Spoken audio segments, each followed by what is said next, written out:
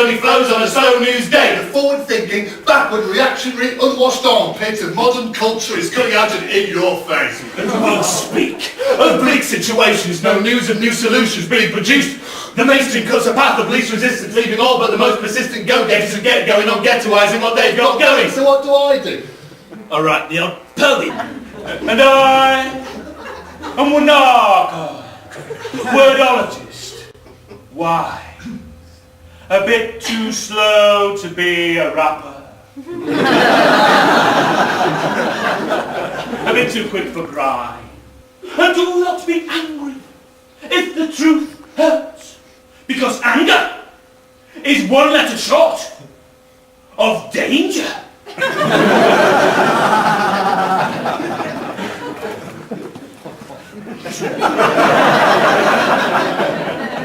And 5 letters short of coat hanger.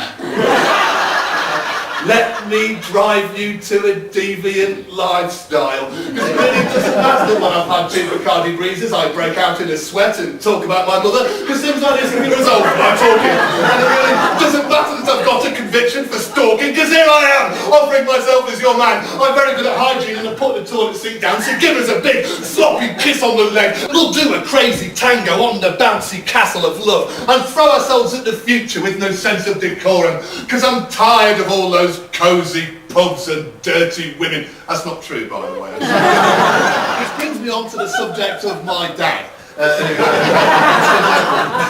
It's quite unusual, but he grew up in an orphanage, in a boarding school for war orphans in London. He went there when he was 6, left when he was 16, and you laying an egg. He's a devious salesman. He's one of these really crafty people who makes it think that it's your idea. And his piece of resistance came when he actually sold £150 worth of silver-plated cutlery to a double glazing salesman that was cold calling, knocking door to door. I was down there at the time. It's fucking great. See this guy walking in the driveway going, what the fuck am I going to do?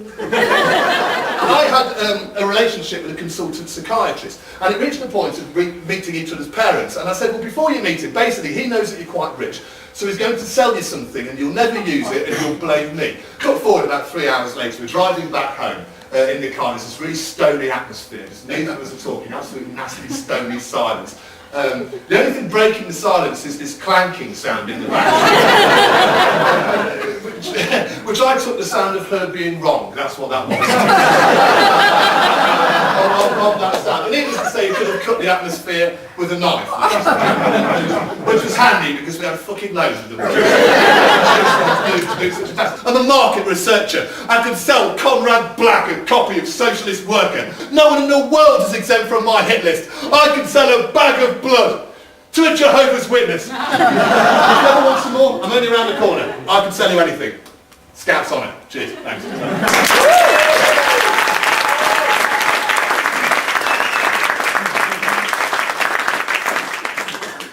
Thank you.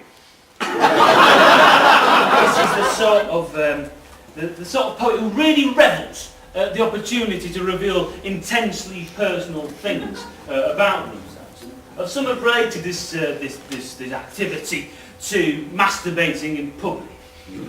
And who wants to see that? Done my research and I found that there is a massive audience for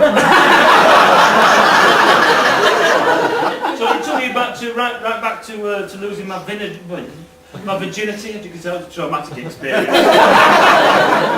It was quite humiliating. A friend of mine at school, giving my age away, said, what you got to do, you got to imagine you've got a piece of chalk coming out of your buttocks, and then when you get inside it, you want to draw a figure of 8 with got nicely settled in. And she said, "What the fuck are you doing?" Did that for 30 seconds, and that was that. I'm more of a misanthrope than a misogynist. I generally hate all people equally. I don't know where this came from. I think it was possibly a conversation I had with my granddad on his deathbed. He said, "Steve, never trust people." So,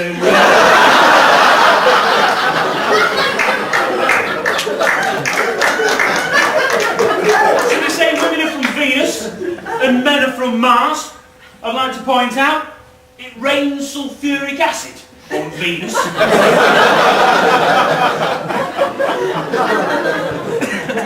And Mars, it's alright.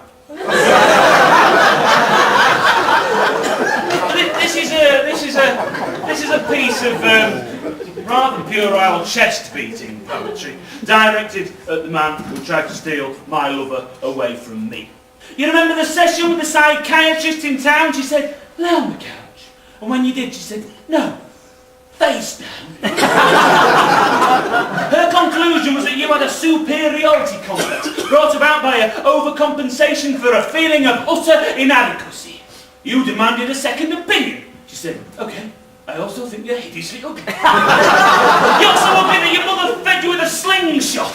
On Hot or Not, you scored a perfect knot. When you were a kid playing in the sandpit, the cat tried to bury you because you looked like shit. And tell me, when you do masturbate in front of your own reflection, which I'm quite sure you do you make yourself come or do you make yourself vom? Or do you master some sort of simultaneous action that proves a sticky white ugly scene and narcissistic sick, which I bet you lick clean, savouring every salt of taste and slimy sensation, because after all it's your own foul creation!